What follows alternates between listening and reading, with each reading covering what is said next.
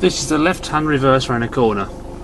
To start off with, go past the corner, about 1, maybe 2 car lengths past the corner, and around about 8 to 10 inches from the curb, around about a drain cover's width from the curb side. What we're looking for is plenty of control, keep the car nice and safe around about a walking pace, keeping safe and regular, reasonable distance from the curb, and also taking plenty of observations.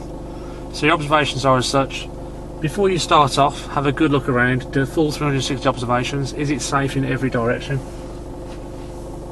At the moment we've got somebody walking behind us, so we'll wait for him to move out the way first, and then repeat the actual observation again.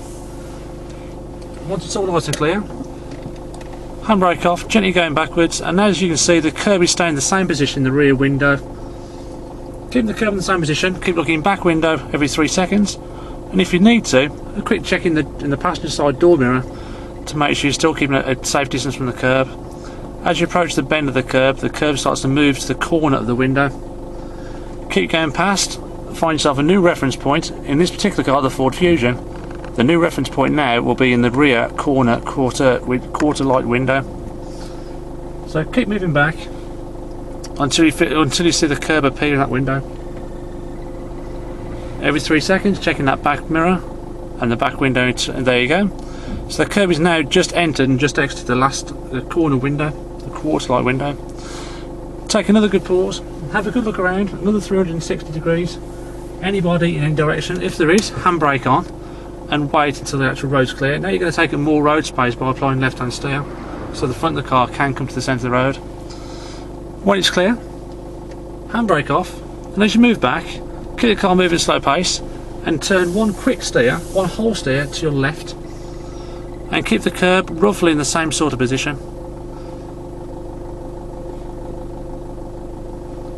As you go back at a nice soft gentle pace, no quicker than walking speed, taking full observations.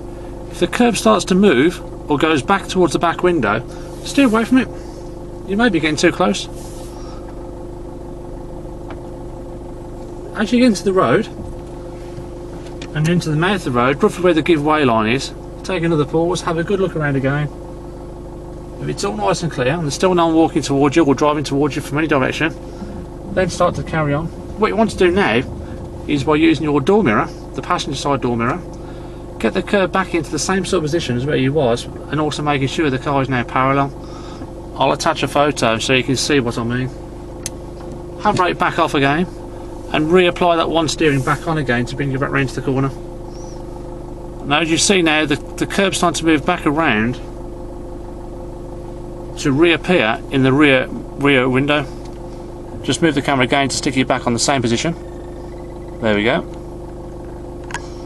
Now the curb is starting to reappear in the back window again. You want to try and get the curb back in the same position. If you put too much steering on, the curb's going to come towards the centre of the car.